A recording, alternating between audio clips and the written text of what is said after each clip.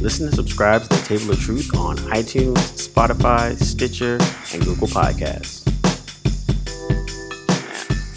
Yeah, wow. I know, right?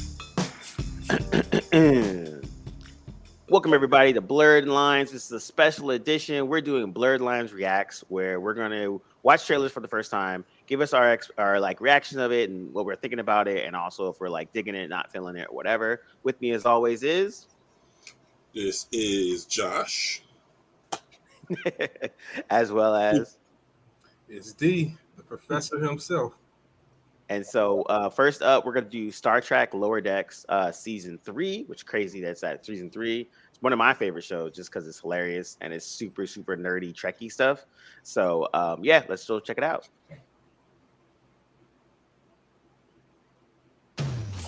It's on.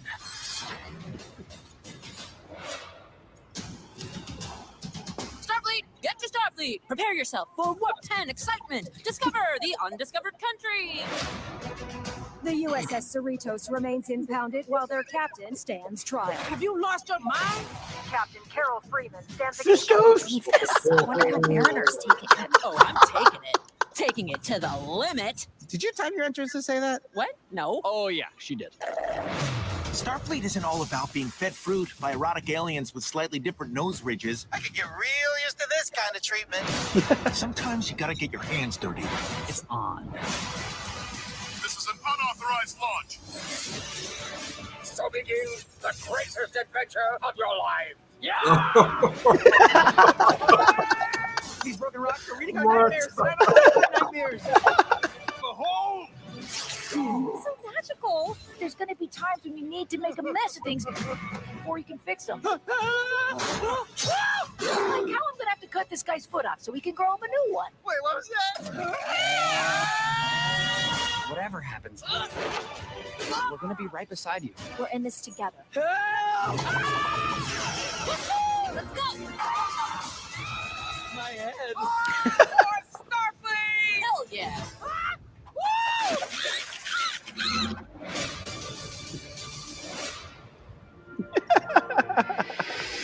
I can't believe Shut up. Wait, just buy me some time. Wow. Sir, how do we do that? I don't know. Just circle around and pretend we're in awe of the pylons.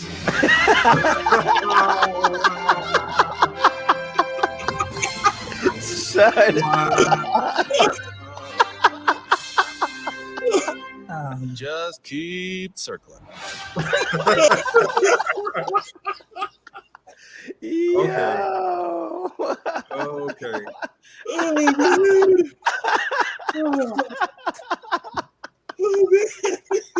don't even know where to start. Oh, wow. I mean, you know, they gave us a little bit of, I guess, an Easter egg there with Cisco, but I did not see that coming at the end there. That flew in out of nowhere. Yo. Oh, man. But it was great. Just keep circling. The wormhole opens up the theme song. Wow. Can we possibly get a saving grace for Cisco in Lower Decks? If we do, this will be the greatest Star Trek show of all time. I have to concur. So for Oh, context, man. one of the things we were literally just having this conversation about how Cisco has the worst ending of a captain from all the captains. The worst. And so, you know, the Picard trailer just came out. The whole TNG crew is back, which is awesome. Good to see. So we were talking about, yeah, you know, if Cisco could get some type of resolution, better than going off to be space dust and a ghost or something, or a Right. spirit in a higher plane. You magical Negro. Yeah, Magic Negro. there you go. But yo, the fact that they went to a Cisco's bar. Isn't that the restaurant from? Isn't that his dad's place from Yeah. from the series? Yeah, from DS9. Yeah. Yep, 100%. But the recruitment tent on a random planet was That was great. that was great. Yeah. No, sorry. They're gonna do it again, man. They're gonna do it again. It's true. I They was are on going to do it again. I was telling D'Angelo my favorite one of my favorite parts from season 2 was when whatever the craziness that happened in that episode, they're walking down the hallway and then Q shows up. Behold, they're like, not now, Q. Go bother Picard. And then he's like, yo, Picard's always drinking wine. Yeah. Yeah, Lower Decks is just the perfect like hug to all Trek fans. Yeah. Like, in I can't the stop best smiling. way. Yeah. You cannot, even in the trailer, like I was not expecting to see DS9. Oh, absolutely not. And they positioned it perfectly. They threw up the logo. You're thinking it's over. You probably get like one little quick thing. Yeah. Afterwards, whatever. But oh man, that was perfect. Yeah, That was good. Perfect. Theme song and all, like it was great. It was great. I saw the station and my hands involuntarily flew up. So if no one knows, these guys know, but if no one else knows, DS9 is hands down my all-time favorite Star Trek anything. Yeah. So and it holds up well on rewatch too. Yes, that's one of the other crazy parts too. It ages extremely well, and it still stands as the great example of stepping outside of the Trek sort of modus operandi, but still honoring what that legacy is and honoring what that world is, and then expanding it. So that's what Lower Decks does greatly as well. It's like 100%. It's able to live in that world of the satire and make fun of the, let's face it, funny aspects of Trek lore, but at the same time pay great homage to, what we have come to love about Star Trek, and expand the mythology in a fun way as well. We all want to know what's going on with some of our favorite characters, and even if we get that in animation, that's fine too. Yeah, no, definitely. So, all right. So next we're gonna do Sandman. This is gonna be interesting because one, the Sandman comic series is another one of those all-time greats, and it's one of those things where if you're gonna adapt it, it's got to be done right. And that's not, and it's, but with a couple of things going for it. One, Neil Gaiman is intimately involved into this whole thing, so that he's given us his blessing. And he's already had other things adapted. American Gods was adapted before, and a couple other things that have to various success. So I'm really curious to see how they're going to pull this one off, because it's going to be a Herculean task. Yeah, Sandman isn't easy. It's really Gaiman's stories are pure fantasy in that they really enter worlds of the imagination in ways that a lot of modern authors don't, especially those who do graphic novels, don't really go there. So it'll be interesting to see, and we'll see. We'll see. All right, so we're checking it up. This is the Sandman trailer.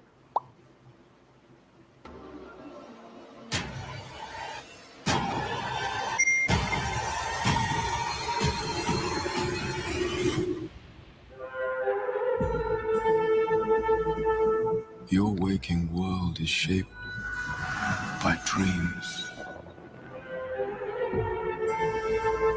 Dreams and nightmares that I create and which I must control. He's out there looking for me, isn't he? Can you imagine the damage he could do? I need your help. If dreams disappear, then so will humanity. I could do without dreams for a while. I haven't had a decent night's sleep in ages. I'm not going to stop until I've reshaped this world. Tell us, what power of dreams can have? I thought about giving up, but I have a job to do, and I do it. Things have changed. Your eyes will tell me everything. Every thought, every feeling. My creations do not walk amongst the living, killing mortals for pleasure. Oh, you don't think dreams can die? Let's find out. Ooh. Nightmares do not belong in the waking world. Oh, it turns out I fit right in. dreams don't die.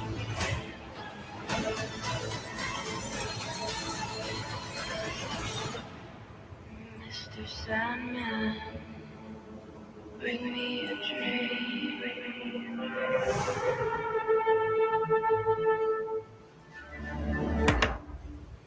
Not bad. Not bad. Bring me a dream. Yeah, it was a good trailer. It looks pretty epic. Definitely captures that Gaiman imagination, the visuals of his It's world. highly stylized. Mhm. Yeah, they got a nice budget there. That's the first thing I noticed. I was like, yo, your budget is that's like movies. That's a movie budget right there. The interesting thing is that his Sandman stories have some degree of connections to Lucifer and Constantine as well. Yeah, that's right.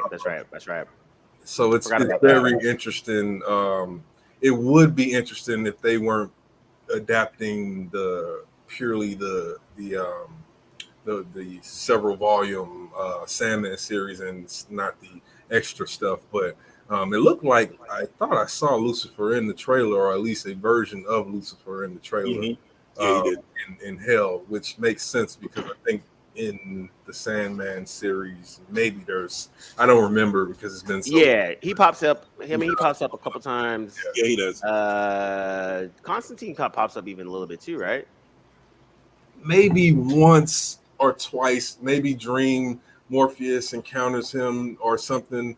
He tries to summon him. I'm not sure, but I think you're right. Yeah, I don't think it was anything big, but I think it was definitely something that it like because Lucifer, Constantine, Sandman, they all play in the same universe, and DC actually did. They allowed that crossover to happen. Yeah. So, and specifically for those of you who might be wondering, we're talking about the Lucifer character from the previous Netflix show, Lucifer Morningstar.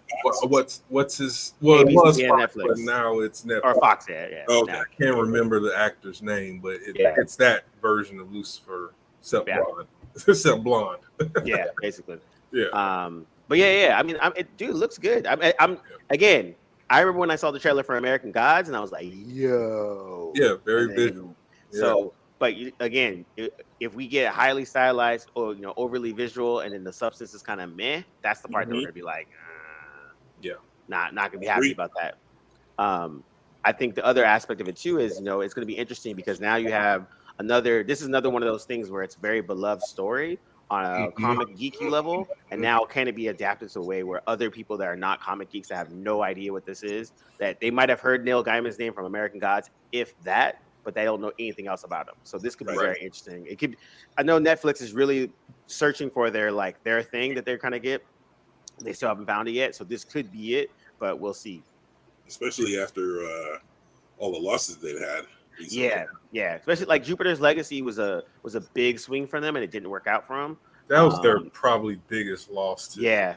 I mean, it looked great, but it just wasn't. It's amazing how you can have like a string of hits like they had, like Warrior. I think like Warrior Nun was one of their big hits. Oh yeah, man, that was actually pretty fun. Oh, which also had a trailer recently. Oh really? Oh, I didn't even know. Second season finally, they finished filming it 20 years after the fact. I don't know why that's another one. Right, that's why. Oh yeah, yeah, that's another one that was fun. It's like, but you're right though. After a string of like low key hits out of nowhere, and then when they finally took some big swings, and then they missed. Like, yikes. Yeah. So yeah, we'll see. So. All right, so next up, we're gonna do one that we don't care about at all. So we were figuring out maybe we should watch it and see what happens. Dungeons and Dragons. I didn't ask for this. I don't think anyone else did. Well, they've been trying to mine the IP for Dungeons and Dragons for ever, right? 25, 30 years. Yeah, I was gonna say, like, I remember when they did, as I texted you guys and said I shamefully remember liking the 2000 with Marlon Wayans, and Jeremy Irons. Yo, I remember liking the cartoon. Yo, I didn't even know it was a cartoon. About the cartoon. Yeah, the cartoon. Dude, there was a Saturday morning cartoon on CBS. Yeah, it was very fantasy and level. It was actually pretty good. Yeah, like once, cool. Like the little one-off stories were whatever, but the main thread of the arc was whenever they touch it. It's funny how it had like probably about 16 to 20 episodes a season, but they rarely ever touched on the main arc. But when they did, it was such a big deal. Yeah, and if there's a rumor that that this crew in this movie is gonna bump into that crew from the cartoon. Oh, interesting. Oh, okay. Well, okay, that's meta. That's fun. I'm watching for that. All right. That'll be for me. That'll be a big tree fell in the forest. Yeah. Nobody around. Well, I don't know who they are. Exactly. So that's fun. All right, so let's check this out. This is like 1980 something. Yeah, it was. I want to say 88, maybe 88, 89. Nah, Earlier than that? Oh, so it was earlier. Yeah, I was diligently waking up for cartoons on Saturdays when that was on. So this was like in the same lineup of like Transformers, yeah, like Thundercats and all that. Yeah, that was before my era. Yeah, Robotech was also around that like 85, 86. So I remember that for sure. Oh, nice. I'm gonna have to go and look up that cartoon Dungeons and Dragons. Yeah, you probably could find it somewhere. Yeah, you'd be able to find it. Just be forewarned that it probably won't hold up. Yeah. And all right, so we got next up is Dungeons and Dragons.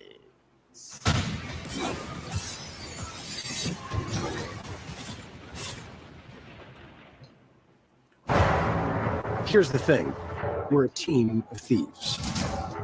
And when you do this, you're bound to make enemies.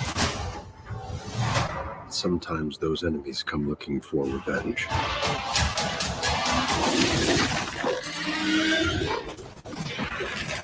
For the dragon, D'Angelo then.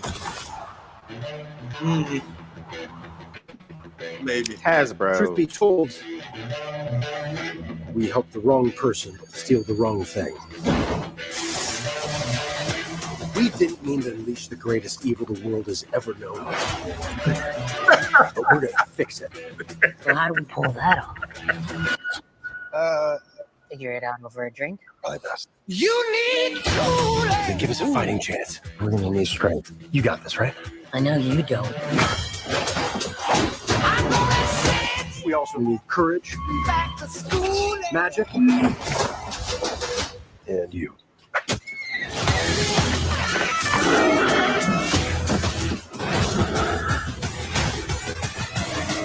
What is that again? It's an owlback. Let's go. Be warned. There is evil here. I'm glad he's on our side.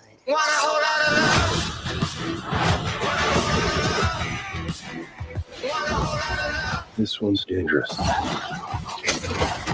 But whatever happens,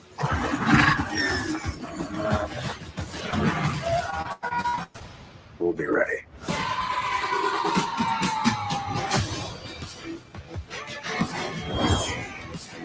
What is it exactly that you bring to this? I'm a planner. I make plans. You've already made the plan, so If the existing plan fails, I make a new plan. you make plans that fail. He also plays the lute. Not relevant.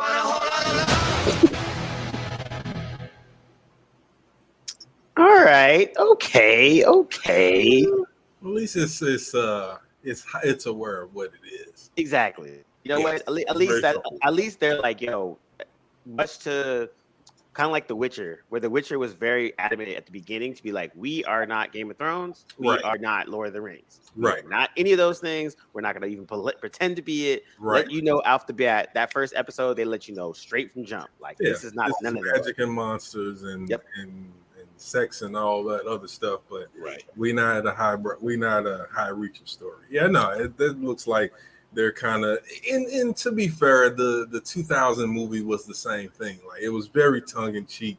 It wasn't trying to take itself serious, but it was still a bad movie. But it wasn't. I was aiming to be a bad movie. It was aiming to be a bad movie, right? Like, this is. And so, with that in mind, it took the scale a little too hard. Exactly.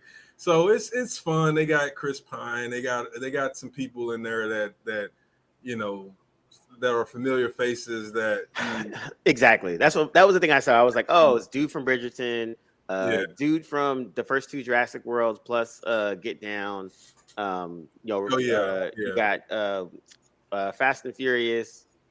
Why am I blanking on her name? I almost called it Rosario Dawson, but it's not. Michelle Rodriguez. It's Michelle Rodriguez.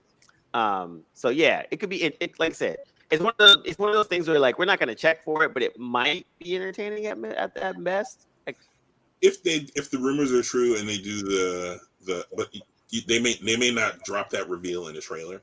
But if the rumors are true and they actually do include the OG 80s cartoon cartoon series, I'm in. I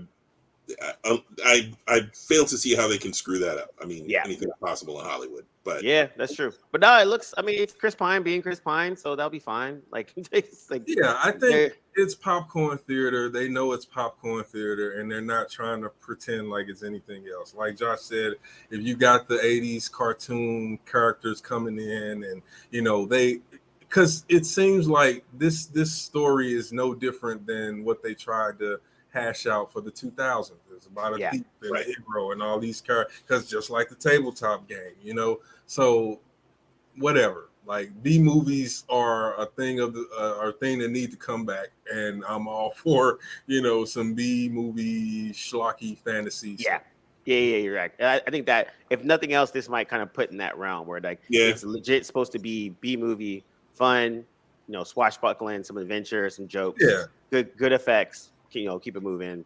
I know they blew a bunch of their budget on that owl bear thing. Oh God! Yikes! Owl bear. Yikes! Like, this is like, if I was in school, this would be an amazing film to do concept art for. Like, what you got to do? A bear that's an owl? Oh, right.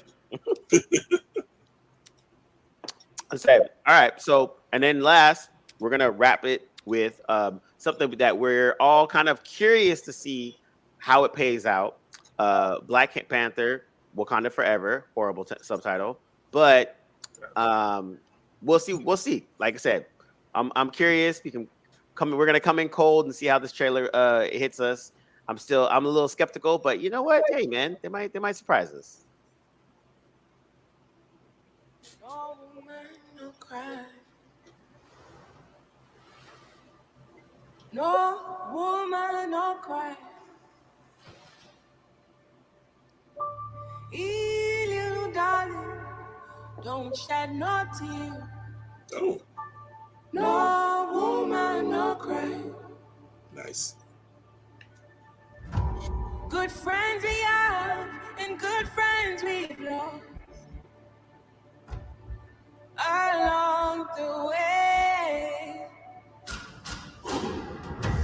In this great future, you can't forget your past.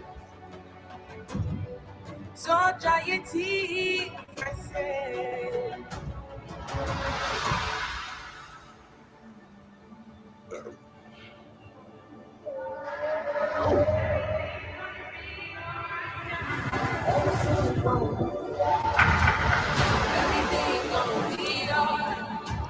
Everything's gonna be alright. Everything's gonna be alright now. Everything's gonna be alright. Everything's gonna be alright. Everything's gonna be alright. Everything's gonna be. I am queen of the most powerful nation in the world, and my entire family is gone. Have I not given everything? Everything's gonna be alright. Everything's gonna be alright. Everything's gonna be alright.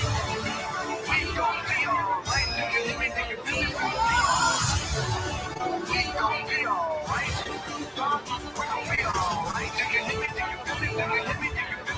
Everything's gonna be alright. And when I wake up.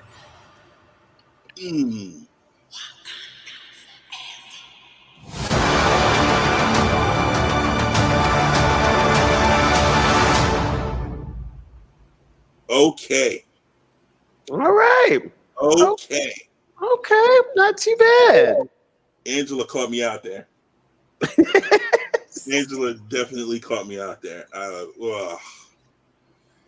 right. It looked good. Got some good shots. We got Namor. We got some Atlanteans. We got some fighting. We got some Dora Milaje. They're gonna amp up probably like tenfold now because And they got I'm the actually Elite Troopers in the blue. yeah. I'm curious. Cool. I was thinking this too because we've already gotten Atlantis with Aquaman. And so they kind of presented DC's already done their kind of Atlantis. Da, da, da, da, da. It looks like Marvel's going more indigenous in terms of how they're kind of doing the styling of it. I'm curious But to see yeah, if the that. actors. So D'Angelo hit me to who the actor is. The actor is Mexican. Yeah. So so a lot of the leaning imagery heavy into the Aztec keeping seas. with Aztec and Mayan, Mayan tattoos. Yeah, So and you can see that, and that looks really good. It's a grounded, sort of more realistic ideation of Atlantis, of what Atlantis might have been or would have been if it existed or exists. And so I think that's his research. Yeah. I think visually it really looks good, like the sort of war between Atlantis and Wakanda. It'll be interesting to see how Namor ends up shaking out, because I know that he's not like a super villain as much as he's sort of right. He's a in between. He bounces back and forth, right? Because he's a monarch, so it makes sense that again he's kind of that example of one person's hero is another person's villain, similarly to the Wakandans versus the Atlanteans. So I think that's a cool concept, but it just makes me worry, and I'm not even talking about any of the stuff about what we saw because it all looks really good, but just makes me worry if we're going to get another Marvel movie that lacks a compelling villain or an actual villain that is a villain and not. That's a fair concern. I think they're probably gonna keep him around because Namor is that dude. Like, he's a villain, but he's not a villain, but he is a villain, but he's not a villain. Like, I mean, he can also be interesting because first of all, let's just not kill him. That's the first part. Right. Yeah. If we can just not if he doesn't die by the end of the movie, we've already gotten progress. Yeah. And I can imagine that he won't die. I mean, they seem to be making a bit, even with showing his birth and like all that stuff. They're trying to sort of make him, I guess, similar to the sort of an arc similar to T'Challa's journey or whatever as a prince or whatever. So I think they can also, and he also is a mutant too, which is an interesting play too. And so that could actually, so they can kind of play that in as well, which it pays dividends for later on. And he's also a well-known Fantastic Four villain as well, always trying to bag Sue Storm. So that's another like later on thing that could easily be dropped in. So we don't know when that scene where we see the mother pregnant. We don't know when that took place. We're pretty sure it's an underwater birth. I'm pretty sure it's him. Yeah, that's what I'm. No, that's not what I was saying. I said we don't know when that took place. It could have been 50 years. It could have been 200 years. Yeah, exactly. I'm sure he, as the first mutant and as an Atlantean, he doesn't age the way that a human being would age. Oh yeah, exactly. That's what I was thinking too. And then, so I'm curious to see because I mean, in the books, when Namor. Wait! Before you get into that, for the audience. Yes. The book that was adapted, the arc is War with Atlantis. So it's a Black Panther storyline that happened in the comics. What, like 7 years ago, 8 years? Yeah, maybe like 10 almost now. Yeah, it was one of the recent story. One of the recent books, right? Yeah, and it was actually a really well done, really well written book. Really well done book. It was and it was good because it took T'Challa down a peg in that book, because Wakanda had been like, hey, we haven't been conquered, we've never been defeated, blah blah blah. Namor comes with Atlantis and changes all of that. We don't got to get into the specifics, but I'm curious to see how they're going to adapt that. And also, too, now that they have established that T'Challa is gone, they're really going to be leaning on everyone else around to uplift this movie. And so, in the books, there's a part where T'Challa does go down and Shuri takes over as Black Panther. So I can see that being the logical thing to happen. Yeah. The one interesting part was what I was going to say is the interesting part in the books, Shuri is not the Shuri at MCU. MCU, she's like the brainiac, blah blah blah blah, yada yada. In the book, she's a lot more warrior princess. She's brash, she's bold, and actually, in my opinion, I think she's a better character in the books because she's not T'Challa, and that's actually the best part about it. Like she doesn't do anything like him. She doesn't have the same regal highness stuff. She does her own way, and she actually carves out a lane as Black Panther as a different type of character, which I thought was really cool. So I'm curious to see if they kind of go with that kind of route where they really show the differences between like, okay, I'm not trying to be Black Panther Jr. I'm like trying to carve out a full-on new type of person. My butt was, I don't think that, how can I phrase this? I don't think that, so it was interesting to note, first of all, that Ramonda was the one who took the throne. It seemed to make sense that Shuri would being the next in line as far as the monarchy is concerned. It seemed to the logic seemed to follow that she would be the one to take the throne. So it was interesting that they went with Ramonda and that they threw that into the trailer. They made it very clear who takes the throne after. So I'm really curious to see, like, if that's the case and that's the route that they're going, and they're always and the figurehead, the leader of Wakanda has always been Black Panther. I'm curious to see how that plays out now, because it doesn't. If they're doing that, then it doesn't necessarily follow that Shuri is the one who takes up the mantle either. Oh, that's a good point too. Yeah, that's also a really good point. Yeah, I'm curious to see how they do it. Like, there's a lot of. Oh, go ahead. I was gonna say, largely speaking, I doubt that Angela Bassett's. I doubt she's gonna be Shuri. Shuri, Black Panther. So I think that it's painfully obvious that Shuri's gonna be Black Panther in this film.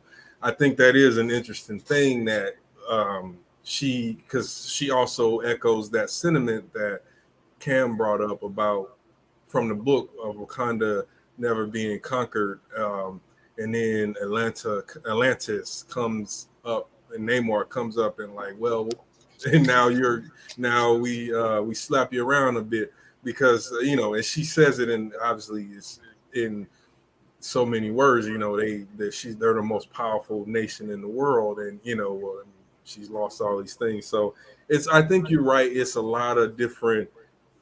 We saw a lot of threads that we don't know where they could go, and I think that's a good thing, obviously. And then because trailers are so out of time, it's hard to know what happens when and what's the circumstances, because we don't know why T'Challa is dead. This isn't a result of Thanos, because we know that he came back after that. So there's a mystery in that as well. What is that? Is it revealed that Namor killed him? Like, is it and maybe Namor kills him off of something that wasn't supposed to be, that was a lie or something, or like untrue. I don't know. There's a lot of different possibilities. But it's T'Challa dead. Yeah, and I would say, but for a trailer, us having all these questions, it's done its job. So now we're curious. Now we're totally curious about where, how, and what's, because we're like, I see all the pieces. How are y'all gonna put this together? That's my biggest. How does it all fall together? Yep. And like, so one other noteworthy thing is the rumor is that the woman that Shuri daps up in the lab is Riri Williams. Oh, that'd be smart. That'd be easy. Well, she's supposed to be introduced in this film. Yeah, that's easy. That is supposed. Like, I looked at the cast, and they're not even having it as a secret. She is in the film, and if it's the actress Dominique, I forget her name. She was in Judas. She was in Judas and the Black Messiah. But she played one of his like the girl that was like the one that was kept telling what's his name she's going to kill him. Yeah, she found out that he was, playing them wrong. But she's in it, and she is Riri Williams. Yeah, that's an easy layup. I mean, And honestly, if they make Riri from Wakanda, that actually gives her more depth than what it actually is in the books.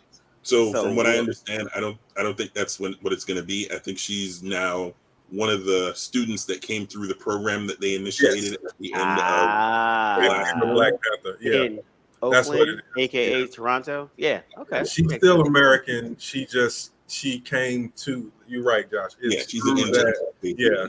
Okay, And that's a good thread. I like that. I'm and I like that better than making her Wakandan. Anyway. Yeah. Nah, that makes sense. And I think, and also that gives it a little where it's going to be her tech is going to be more based probably on the Wakanda stuff as opposed to Iron Man stuff. So that's and we didn't make this clear for the audience. So Riri Williams is Ironheart, who is supposed to be sort of a savant genius who puts together her own Iron Man superhero armor. Yeah. Yep, and right. The AI for her armor is actually Tony Stark. Yeah. That's we don't know if they're doing that version, like if they're what they're keeping and what they're taking, what they're keeping and what they're discarding. But Tony Stark being the AI would be interesting. Yeah, that would be interesting. Can you imagine Robert Downey Jr. coming back for that for a TV series? Yeah, like I mean, that's a lot of money. That's a lot of money. Yeah, but I mean, it's something I can see him doing. I mean, in the later books for Riri, it's like one of her friends because like. Unfortunately in the books her background story is pretty generic. Black person living in Detroit and friends die. It started out so good. It's just silly, but so then the AI is like her best friend or something like that or whatever. So I can see something like that happening. So you don't have to worry about the RGJ aspect of it. But I can see I hope they do keep kind of tie something to the Iron Man situation just because that kind of makes sense. But then they could get fleshed out more within Wakanda and all that kind of stuff. So, it's. I think overall that trailer was pretty good because it gave you all the bits and pieces that you're like, of the rumor mill. You got the Namors, you got the Shuri as Black Panther, you got Atlanteans coming in. Yeah, so now all white at the beginning looks like a funeral procession. So there's that. Yep. So that's gonna be that. Yeah, bring your box of tissue. Yeah. Pretty much. I don't know if I'll need any tissue, but I'll definitely. Nothing phases you. You're emotionless. You're a Vulcan, so I don't. I can see that. Have you no feelings? I have feelings. I just know when and not to use them. Yeah, no, but it was a great trailer. I'm looking forward to it, and I think that Ryan Coogler seems to be reaching for another to push the story of Black Panther a little further. He had a massive curveball, and to be honest, all of the crew and everybody involved, top to bottom, you feel for him because that's a big deal to have to put things back together in the midst of COVID, as well as losing their friend, colleague, brother, and Chadwick Boseman. Yeah, totally true, man. Totally true. I think that's like again, it's one of those we're gonna watch it regardless, but we're curious to see how they kind of pull this off. And because like good you said, music edit, by the way. Yeah, and D'Angelo brought it up too. He's like, didn't they use "We're Gonna Be All Right" in the first one? I think they did. They probably did. No. They used the. No, you're right. They did original music from Kendrick, and from that. So the first. No, not Kendrick. It was Run the Jewels. Oh yeah, you're right. It was Run the Jewels. Well, I've heard "We Gonna Be All Right" a bunch. I'm telling you, it's a Negro spiritual at this point. It's true. Very true. 100%. Very true. Better or worse.